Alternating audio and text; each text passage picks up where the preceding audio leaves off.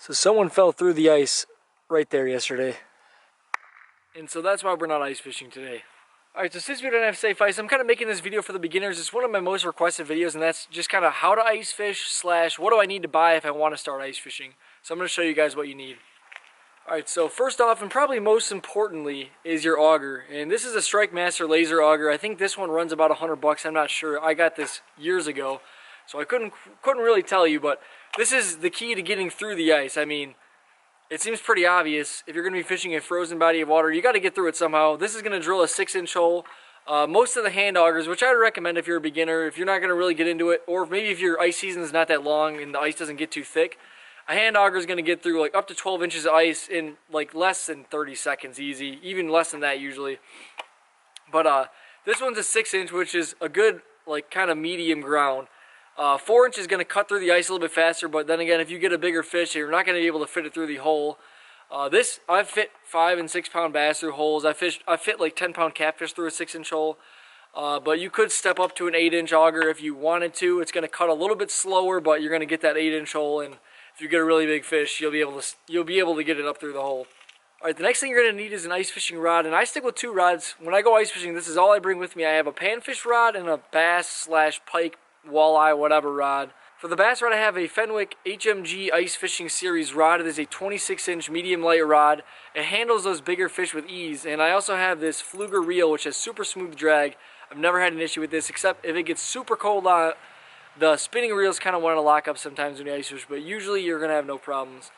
For my bluegill fishing rod, I have the 13 Fishing White Ice rod, and this is a 24-inch medium light, so a little bit smaller.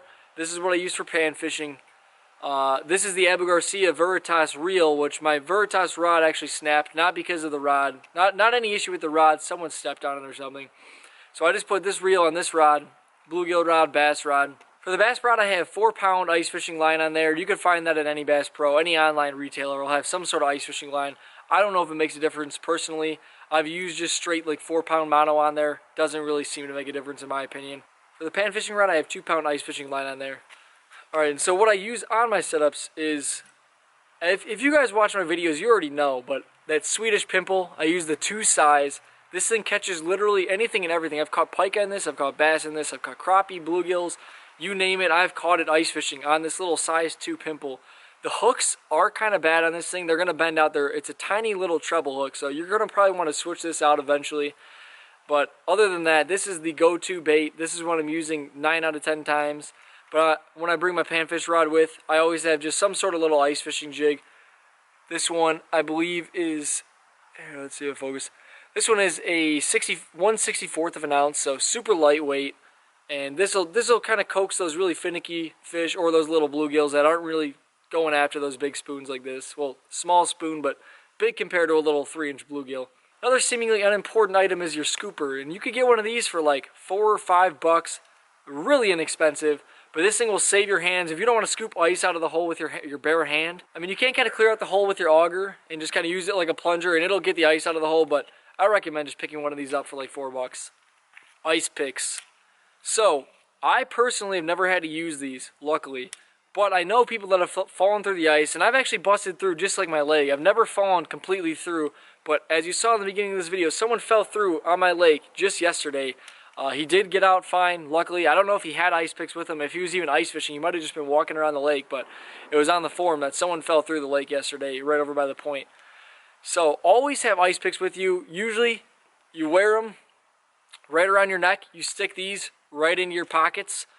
It doesn't get in the way. You just have a rope right around the back of your neck. If you fall through the ice, you just pull these out of your pockets, jam these into the ice, and you could crawl your way out, because especially if you have no snow on the ice, it's going to be completely slick. Getting out of the water when you're completely frozen, like probably about to get hypothermia without ice picks, is probably nearly impossible. I mean, you got to kick your way out, but having these will make it so much easier. If you ever fall through the ice, you're going to want to have some ice picks on you, because this could save your life. So $10, save your life, get some ice picks. Another thing you might want to purchase is a tip-up. I mean, this is completely recommended. A lot of times, especially if I'm just fishing ponds, I don't set these up. But if I'm on a lake with pike, it's always nice to have a tip-up with you. All you're going to want to do with the tip-up is get some braided line in there, because usually you're going for pike or something with teeth, and then get a big hook, usually a treble. This one just has a single hook on there, a weight. You're going to drop this down to your desired depth, put the flag underneath the trigger mechanism, and then if a fish pulls the line out, sets off the flag. Right now, this also doesn't have a flag on there, ripped off, but you get the idea. So you know if something's on there.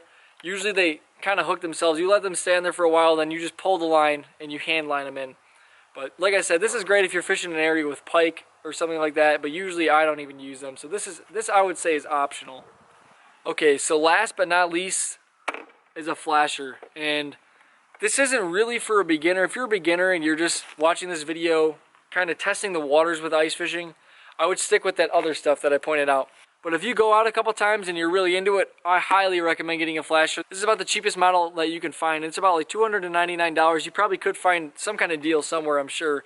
But this thing will mark your bait. It marks the fish. You could drop it in a hole and right away you'll know if there's a fish there. If I don't get any marks within the first like 3 or 4 minutes of jigging, I'm out of there. I'm drilling another hole, because usually under the ice, fish aren't moving around a lot. So they're going to be there or they aren't. Either you're going to drill on the fish or you're going to be in a barren wasteland of nothingness. So if you have a flasher, you're going to know right away. Not to mention, it's really fun. It's like video game fishing basically, because you're looking at your bait, you're looking at the fish, you see them come up, you could jig your bait up and watch the fish just follow it straight out of the depths. It's a huge adrenaline rush.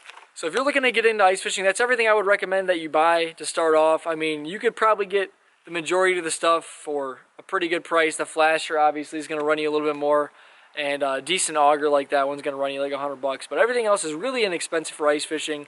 And ice fishing is a ton of fun. So I recommend that everyone gets out and tries it at least sometime in their life, because you southern guys, you don't really get to experience it. You know, maybe make a trip up north. And then even some of the guys up here, they just don't get out and ice fish. I know so many guys that bass fish that whole winter season they don't do anything. They're not about the ice fishing life. So like I said, ice is unsafe right now though, guys. Hopefully it might lock back up in a couple weeks here, but if not, we'll be open water fishing soon enough. So thanks for watching, guys. Catch you guys next time.